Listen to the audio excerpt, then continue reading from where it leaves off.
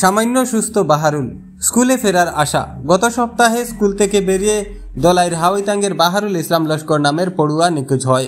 সে দলাইর রাজঘাটের oriental স্কুলের নবম শ্রেণীর পড়ুয়া ছিল। নিখোঁজ হওয়ার 5 দিন পর রহস্যজনকভাবে গুয়াহাটি থেকে অক্ষত উদ্ধার হয় বাহারুল। কোনো রকমের শীতবস্ত্র ছাড়া গুয়াহাটির কামাখ্যা রেল স্টেশন থেকে পূর্ব সোনাইর আজমির ফেরত 2 যাত্রীরা তাকে উদ্ধার করে শিলচরে নিয়ে এসে পরিবারের হাতে সমঝে দেন। এরপর তাকে দলাই থানায় নিয়ে এসে জিজ্ঞাসাবাদ চালায় পুলিশ, কিন্তু বাহারুল ভারসাম্যহীন কথাবার্তা করে। পরবর্তীতে শর্ত সাপেক্ষে বাহারুলকে পরিবারের হাতে সমঝে দেন দলাই থানার ইন্সপেক্টর ওসি জন পানবে। শর্ত এটাই ছিল, বাহারুলকে যাতে কারোর সাথে মেলামেশা বা কথাবার্তা না করানো হয়। সেই শর্ত অনুযায়ী আজ অবধি বাহারুলের গুয়াহাটি পৌঁছানো রহস্য হিসেবে থেকে গেছে। বাহারুলের মা জানান, তিনি আজও তাকে জিজ্ঞেস করেননি কিভাবে মাত্র 500 টাকা নিয়ে গুয়াহাটিতে পৌঁছালো সে, তা এখনো রহস্যাবৃত। গতকাল অর্থাৎ বুধবার দুপুরে বাগাবাজার রাজঘাটের ওরিয়েন্টাল স্কুলে অভিভাবকদের নিয়ে এক সভার আয়োজন করে স্কুল কর্তৃপক্ষ। সবাই উপস্থিত হন বাহারুল ও তার মাও। বাহারুলকে ফিরে পাওয়ায় খুশি ব্যক্ত করেন শিক্ষক শিক্ষিকারা। এদিনের সভায় স্কুলের বেশ কিছু নিয়ম পরিবর্তন করা হয় এবং সেই নিয়ম নির্দেশিকা পুঙ্খানুপুঙ্খভাবে মেনে চলার আবেদন জানান স্কুল প্রধান সুরজিৎ বর্মন। এছাড়া বাহারুলের মা জানান, স্কুলের বা শিক্ষক শিক্ষিকাদের দুষ্গুণ আর খুঁজতে চান না তিনি। তার ছেলে আগামী বছর মাধ্যমিক পরীক্ষায় বসতে চলেছে, সে যেন সুস্থ হয়ে স্কুলে ফিরে ভালোভাবে পড়াশোনা করে সেটাই চান তিনি। এখন বর্তমানে আমার ফুয়া ভাই লিসি আমার কাছে সবচেয়ে বড় শক্তি, আর ফেব্রুয়ারি পর কিছু নাই, আর জিগার করার নাই। আর বাচ্চারা জিগার করছি না যে দলাই টানায় বা লাইলাপুর টানায় তো ওখানে না ভরে দিছে যে তার কিছু স্পেশাল না দিবার লাগে, ওখানে যে আমি কিছু তারা জিগার করছি না, তার মন থেকে যদি কিছু হয় স্কুল সম্বন্ধে তোমার কোনো অভিযোগ আছে? স্কুল সম্বন্ধে আমার কোনো সাঁতারে আমার বাচ্চারা মায়া করেন, আমিও তারা কোপারেটিভ সাঁতারে আসুন বা 9 বছর থেকে তারা স্কুল রান পড়াইয়া যাই। আর তো স্কুল বালা করি পড়িয়াও যার বা স্কুলে তারে যেন মায়াকরণ করি তো পড়িয়া যান। আর এখনো যে আমারও একটা অনুরোধ, মানে আর একটা ক্লাস পড়িয়া যে আমার বাচ্চাটা মেট্রিকান দিত ওখান থেকে সব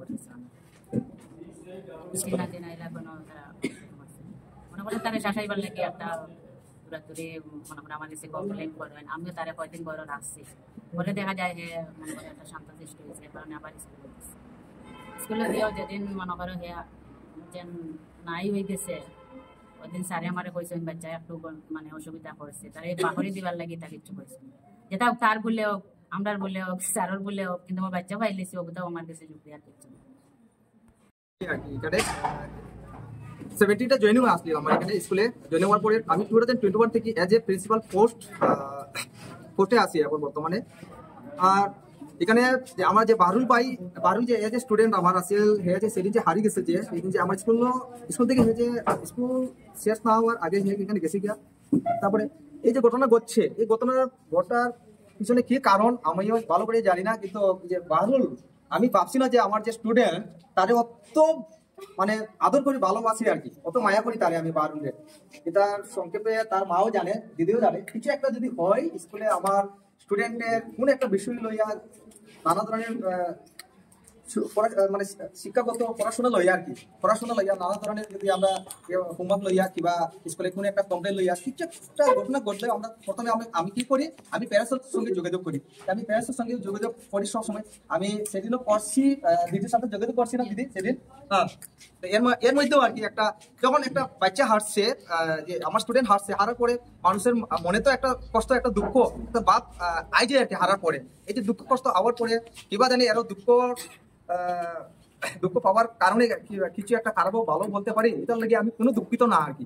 কারণ আমার উদ্দেশ্য হলো আমি কত বছর থেকে স্কুলে আসি, আমি আমার স্কুলে আবার পরে বাচ্চা যতটুকু আমার যে বাচ্চা আছে, আমার স্কুলে প্রায় 300 জনের মতো স্টুডেন্ট আছে, 300 জনের স্টুডেন্ট যে আছে এরা স্কুলে আবার পরে আমি নিজের বাচ্চা ভাবি আর কি। আমার স্কুলে আবার পরে আমার নিজের বাচ্চা না, আমি কিভাবে বাচ্চারারে সুশিক্ষিত বানাইতাম আর কি, বাচ্চারারে কিভাবে প্রকৃত মানুষ বানাইতাম, এবার আমি চেষ্টা করিয়া থাকি।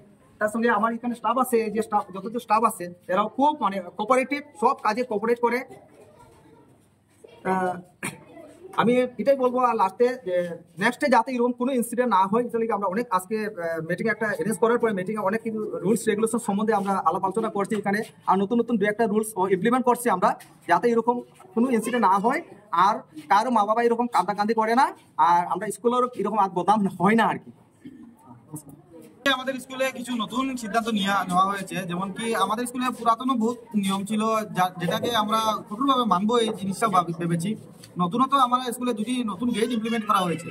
যে গেটটি স্কুলের ভিতরে, কম্পাউন্ডের ভিতরে, স্কুলের মেইন গেটটা যে কেউ আসতে পারলেও কিন্তু স্কুলের কম্পাউন্ডের ভিতরে কেউ আসতে পারবে না, যে কারণে আমরা দুটি নতুন গেট আরো লাগিয়েছি, যেটা কঠোরভাবে সকাল স্কুলে চলাকালীন শুরু থেকে শেষ পর্যন্ত বন্ধই থাকবে। বাচ্চারা ভিতর থেকে বাইরে যেতেও পারবে না, আসতেও পারবে না, বা বাইরের অন্য কেউ আসতে গেলে আমাদের অনুমতি ছাড়া আসতেও পারবে না, যেতেও পারবে না।